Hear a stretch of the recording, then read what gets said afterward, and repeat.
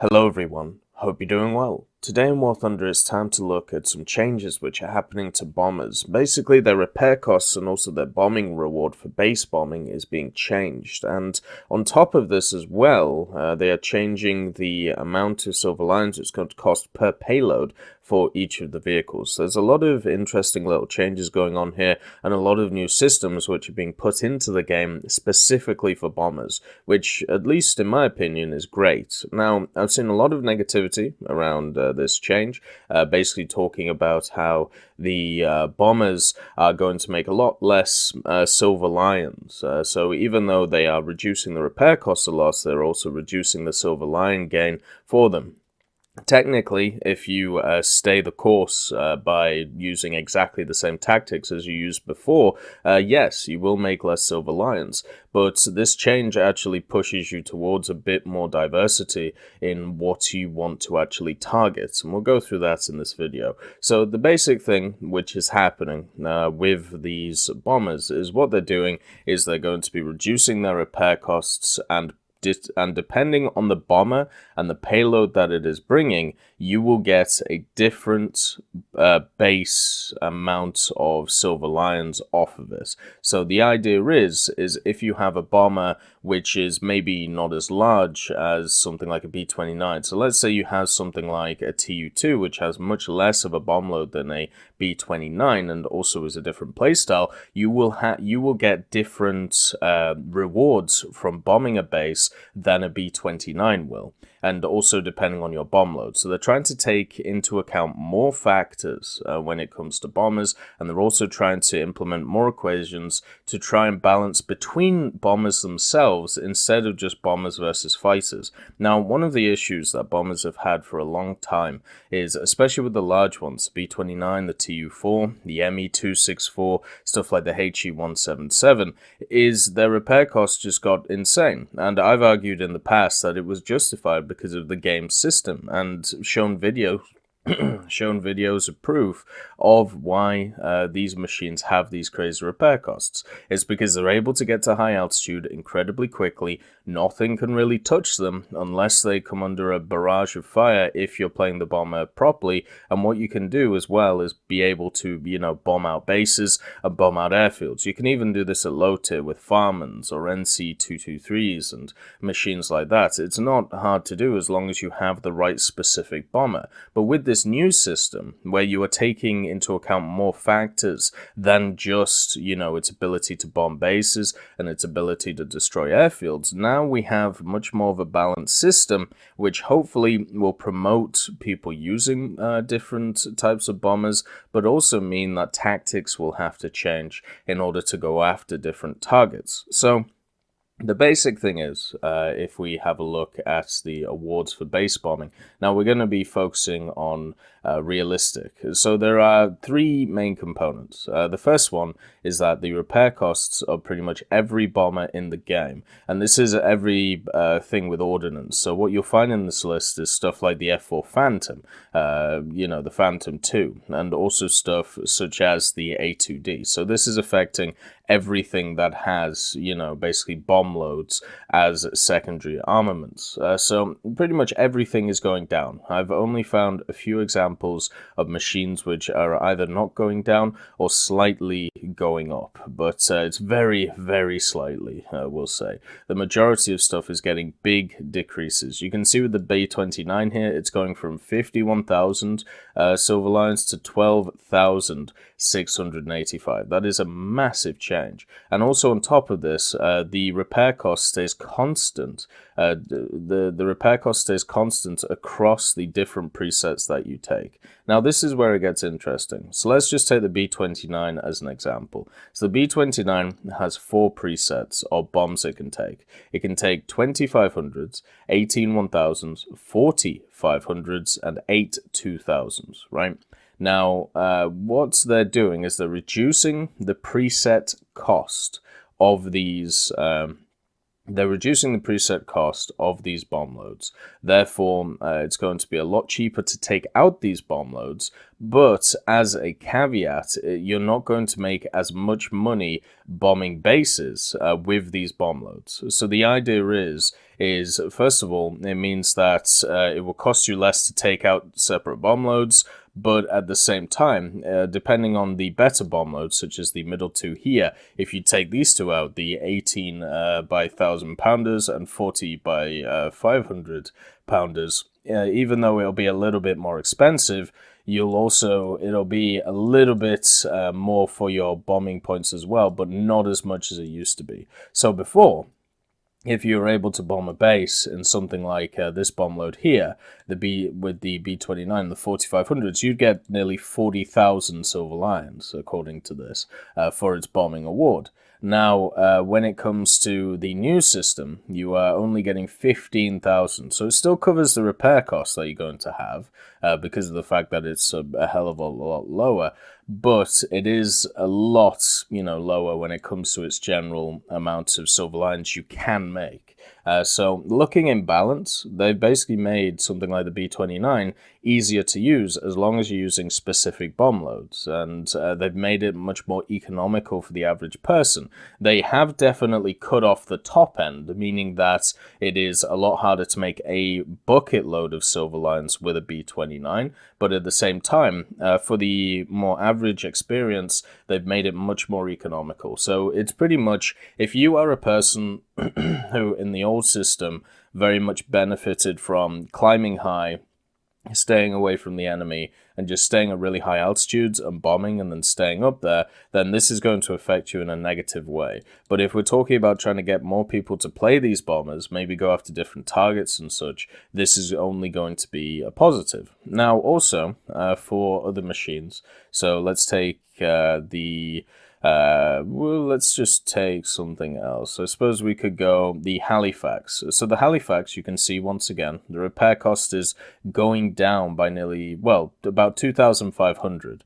And then, when it comes to its presets, once again, it's reducing in price, but the rewards that you're getting for base bombing is a hell of a lot less as well, apart from for the first set of bomb loads. So you still can make your money back in the Halifax as long as you get your base bombing off. But the problem is once again, it's a little bit harder to do if you're on the high end and you're climbing really hard. But if you're a person who is just going to the base and getting shot a lot, then this means that you'll lose a lot less silver lions. So what this does, it promotes play, which is a little bit more, I suppose you would class it as lazy, which is basically just spawning in and going towards a base and trying to annihilate it. And if you don't get to the base, then you lose less silver lions, so it's not as big of a deal for you. Whereas if you're a person who, turns around, climbs, and does all of this stuff, then obviously you're getting less rewards for your time, is pretty much the way to look at it.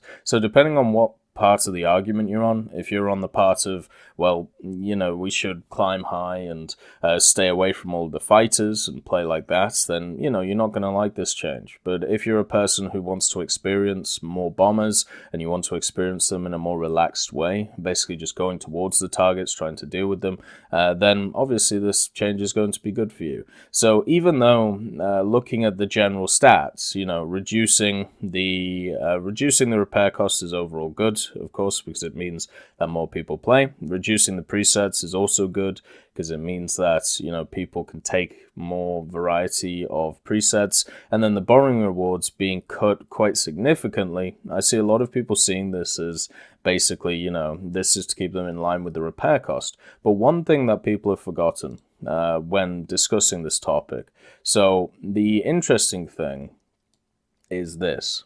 So it says this in turn will reduce the repair cost of some bombers by up to 20% of the initial costs and will not affect the total income of the vehicles, even with a low bomb load in any result.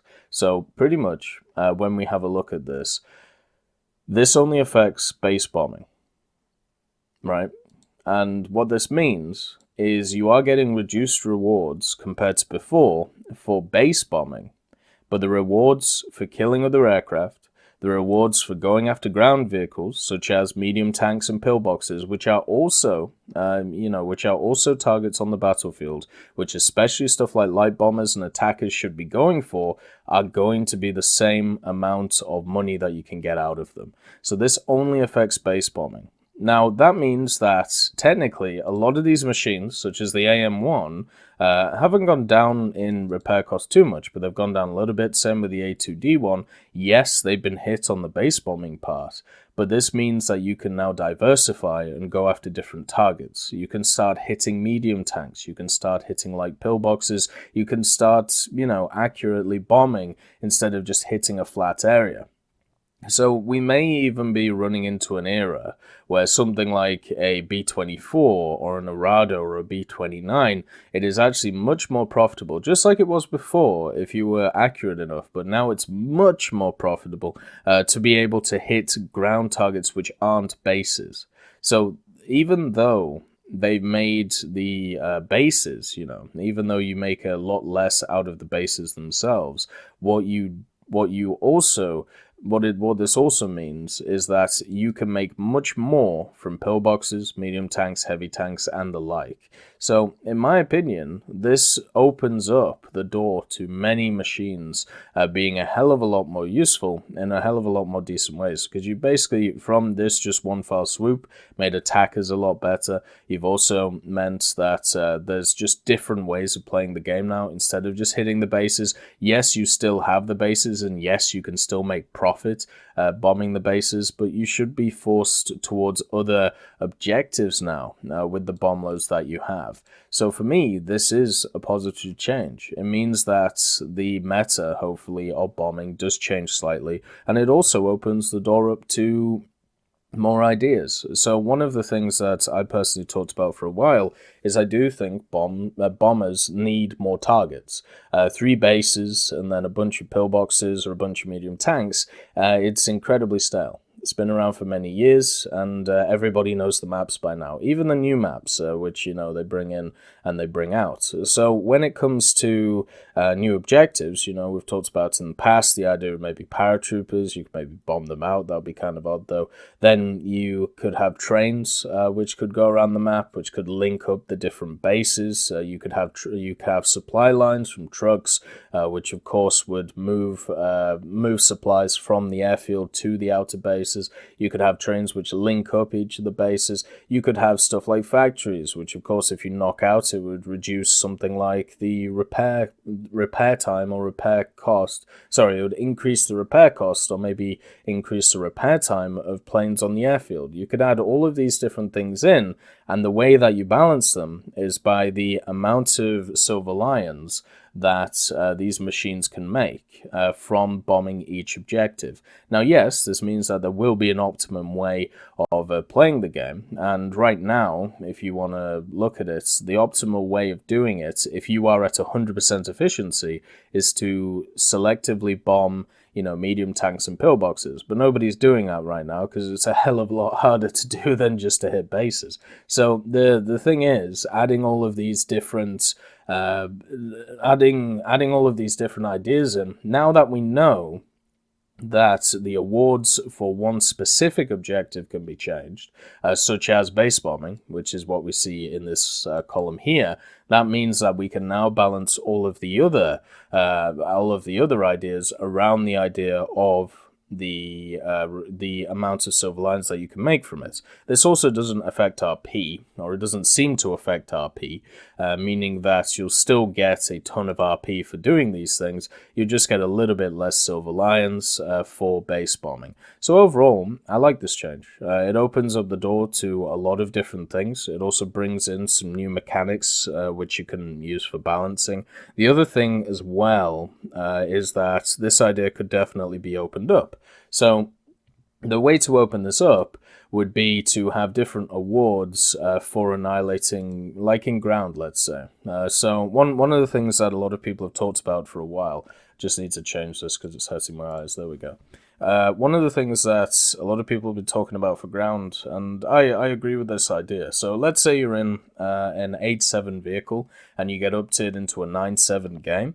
you should be getting more awards for killing a 9/7 than you would an 8/7. The reason for this is because it's technically a lot harder to face a 9/7, at least through the BR system, than it is an 8/7, and therefore you should be rewarded for doing that. Now, there should be a cap on this, a plus or minus 1 BR, because otherwise you'll get people bringing in stuff like M22s to top tier and getting insane amounts of rewards. So, and you already have stuff like God Mode and stuff, to compensate for that. So if you bring in a system which just affects what you are actually hitting instead of just your base rewards which you have on a vehicle, then we can start doing some interesting things like what types of shell are you using? Will you get different awards for different types of shells? Maybe this could promote use of more of HESH, or more of heat instead of APFS DS at top tier.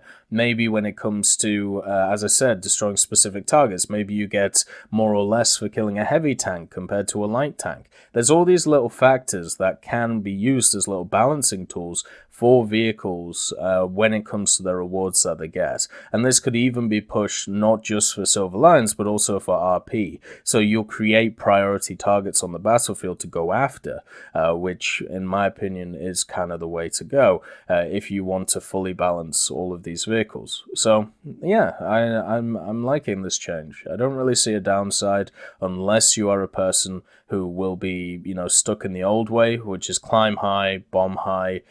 Instead, it's time to change your playstyle a little bit and, use these wonderful, lower repair costs to your advantage. Like look at stuff like the ME264. So the ME264 is going down to 7,050. Now, that doesn't mean that it loses its air spawn. It's still going to be able to, stay high and do proud. But the main thing with it is it's going to be a hell of a lot more economical for people to try different things with it, to try different, ideas such as going after pillboxes and stuff. So please, use that to your advantage. Test some new stuff out and try with these aircraft to, play slightly differently. But if you're stuck in the old way, you're going to struggle. It's as simple as that. I hope you all have a wonderful day, and I'll see you next time. I'd just like to thank Ambrosius McClellan, B. Young, Blackie, Daniel Stanton, John Ryman, Joseph Anders, Martinez, Mopar 1969, Moxie, Super Cacti, Uyans Terry, and Elove Goats, and of course Seductive Trash Can for supporting the channel.